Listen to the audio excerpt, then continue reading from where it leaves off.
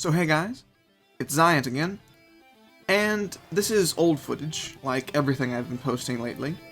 I have an idea for some more frequent content that I'm going to implement, hopefully. But in the meantime, I thought I'd bring you my thoughts on hacks calling. Back when I played Bad Company 2, I wasn't nearly good enough to warrant people calling me a hacker. In Battlefield 3, I've been called a hacker maybe twice in the almost full year it's been out.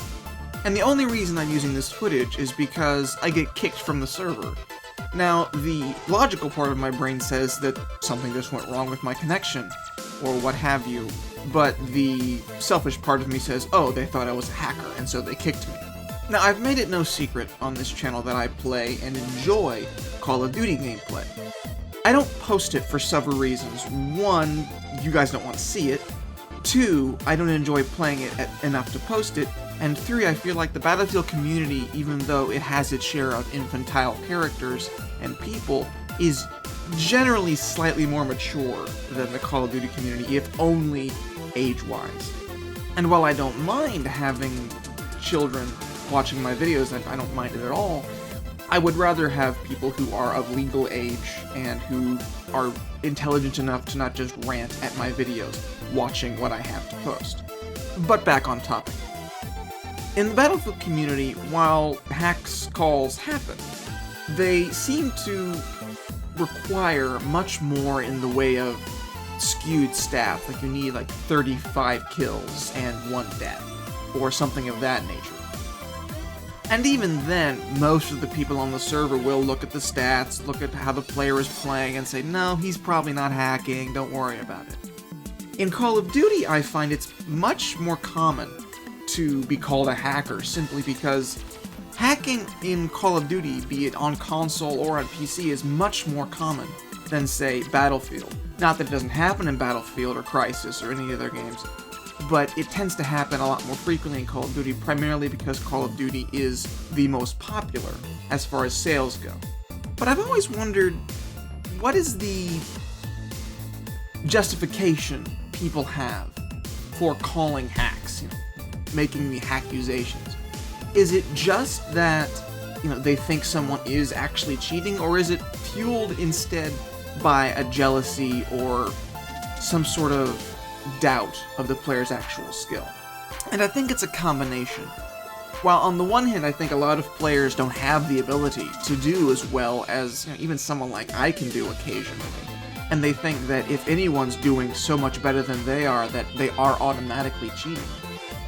And in games like Call of Duty, where the kill cam is not following your killer around, but instead is the cam of them killing you, it's easier to have the image be skewed.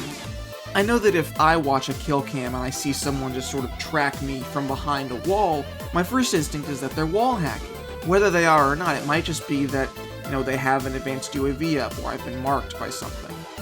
But there's also the fact that sometimes I just can snap to targets one after the other, and it looks like I'm using an aimbot, even though I just have good eyes and good aim. And if you're consistent enough in your skill as far as aiming is concerned and seeing enemies, then people will consistently call you a hacker, because if they see through the kill cam that you are, in fact, snapping from target to target halfway across the screen, and you're filling the kill cam with your name killed with weapon player 123, people are bound to think that something is amiss. However, I think if you're going to actually know that a guy is hacking versus a guy who just has really good aim, you have to watch them in the world, or you have to spectate them.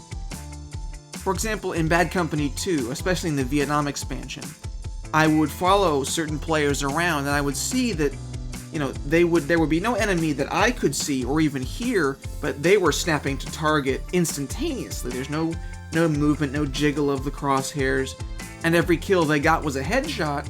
Then yes, I know for a fact that this person is probably hacking. And on several occasions they said, yeah, I'm using an aimbot, and they seemed perfectly fine with it. And especially in older games, where admins aren't as strict as they used to be, you can go in and see people with light machine guns just going boom, boom, boom, boom, boom, headshot, headshot, headshot, headshot, headshot. And you know they're hacking, but no one's going to do anything about it because, you know, the anti-cheat service isn't enabled and the admins don't really care. So you just have to sort of deal with it. And in any sort of game, be it board, role-playing, video, any sort of competition, cheating it's something you just have to live with. Because people are always looking for ways around the rules. If such things are built into the game, then they're not technically cheats. But if you give somebody the ability to work outside the rules of any sort of competitive environment, someone will do it because they don't care about what people think of them, or they think they're better than the rules somehow. And that's just the way some humans are. And unfortunately, that's life.